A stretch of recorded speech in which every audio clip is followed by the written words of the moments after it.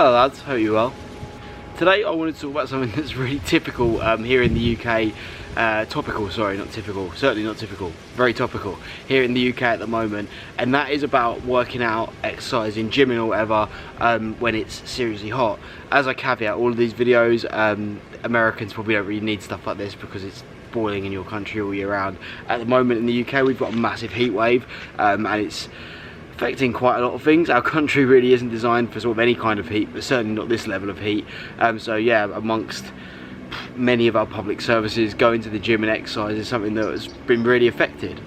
If you're someone, for example, who normally just goes for a few kilometres jog every evening or something like that, you're probably used to it being below 10 degrees or something like that, maybe even colder. And at the moment, even sort of getting on to 7-8 o'clock in the evening, it's sort of mid to high 20s, possibly even over 30, and there's not much breeze here. So if you're normally just used to going for a run straight out, it's going to be a lot harder, and there's going to be a lot more circumstances and variables to think about in this weather. So on that note, my first tip would be blind and obvious. If you can run or jog or whatever it is you do, cycle in the shade, stick to that. It sounds really obvious, but sometimes the heat difference you can't always tell.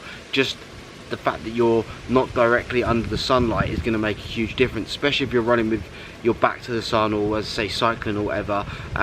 If you're getting sort of up here and everything like that on the back of your neck, is getting loads of sun exposure, that's going to really knock you out, and that's sort of how you start to get really bad burns, but also things like sunstroke or heat stroke or things like that. As well as that, running in the shade is just going to be generally a little bit more comfortable. Obviously you're going to be absolutely sweating out probably either way, but if you've got the sun sort of directly beating on your back the whole run with no shade or no breeze or anything like that, it's going to really start to get to you after a little while, and probably, as I say, going to do you quite a bit of damage.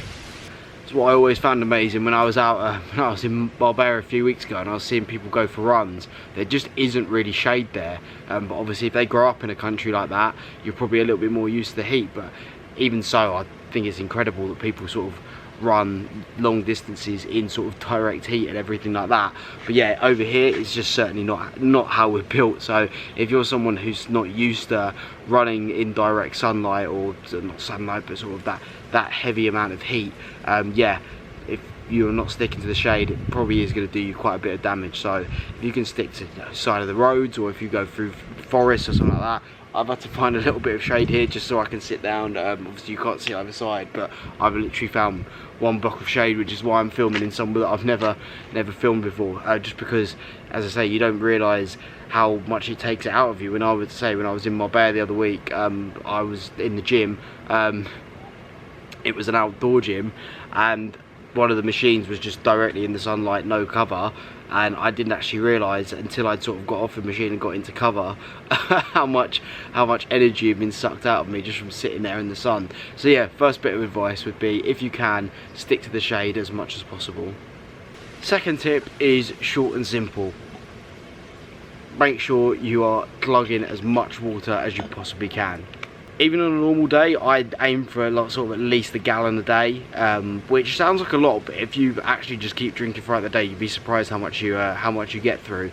But when it's weather like this, I'm sometimes almost going towards 2, just because you're almost sweating it out, especially if you're outdoors and you're working out and everything like that. You're almost sweating it out as quickly as you can take it in.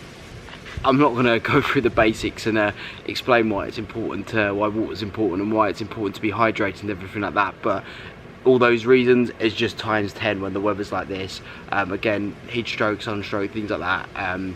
Being seriously dehydrated can cause some really quite bad problems that are really unpleasant. I haven't done it too badly to myself, but I've done it sort of in the past, just being silly, playing football and things like that in the sun for hours without drinking any water, and yeah, it really wipes you out. And back when everyone was doing the 5Ks in the first lockdown, I got into that for a little bit, and the last one I did was I just went out when it was boiling hot, and obviously I wasn't a great runner, so running with a water bottle was just impossible. So I just did my 5K or whatever in the bright hot sunshine without drinking, and genuinely I was rough for 2-3 days afterwards, and I think to this day that's the last run I did. I don't think I ever did another one again because I just felt so awful afterwards. So yeah, Second bit of advice, make sure you are drinking as much water as you possibly can. Decided to return to my usual filming spot. Very lucky that it is in the shade actually. Again, you can't really see because of the camera angle, but literally either side is just, yeah, no cover whatsoever. So I wasn't sure if it was going to be alright to sit down here, but no, got away with it, which is all good. In terms of my final tip for exercising, a gym or whatever, when the heat is like this, that is, make sure you remember to eat enough. I know a lot of the time eating enough is rarely a problem. It's normally going too far the other way, but for whatever reason, when the sun's like this, it's probably some Paleolithic thing about we didn't need to keep us warm or something when it was hot. But yeah, I certainly find personally, I think a lot of people do, that it's really hard to eat a lot when the weather's like this, and the last thing you want to do when you're boiling hot is stuff your face full of food and give yourself loads more energy and heat up. But the reality is, one, if you're working out, you always need to eat. Two, if you're working out in this sort of heat, you're going to be losing so much water, so much energy, so much salt and everything like that. You have to keep topping yourself up. Ideally, more so than ever, you want to be eating sort of fruit, vegetables and everything like that, and sort of light food. I'm not saying sort of you need to go and smash a massive carbonara or something really heavy, but you need to be eating enough just to keep your body going. Otherwise, yeah, again, same problems as I've spoken about before, heat stroke, things like that, where you're just completely depleted of energy. It can end up really wiping you out and actually having some slightly longer term damage than you initially realise. Best way to do this, same as always, is to just have a plan and stick to it. If you need to lower your calories a little bit more just because you can't physically eat that much, or if you maybe need to change your eating window depending on how hot it is during certain parts of the day, that's fine. But yeah, you definitely want to be making sure that you've got a plan and that you're getting in all the nutrients you need. Otherwise, yeah, all that gym work's going to go to waste and you're probably going to end up feeling worse than you did if you just didn't go. Thank you for making it all the way to the end. I know it's a really short one today, but yeah, ironically, because of the heat, I didn't want to be outside filming for too long. And yeah, to be honest, inside isn't much better. So I thought I'd just keep it short and sweet. If you did find any of it useful, please do consider liking and subscribing. As always, comment any other tips or suggestions you have below, and I'll see you in the next one. Until then, take care, lads.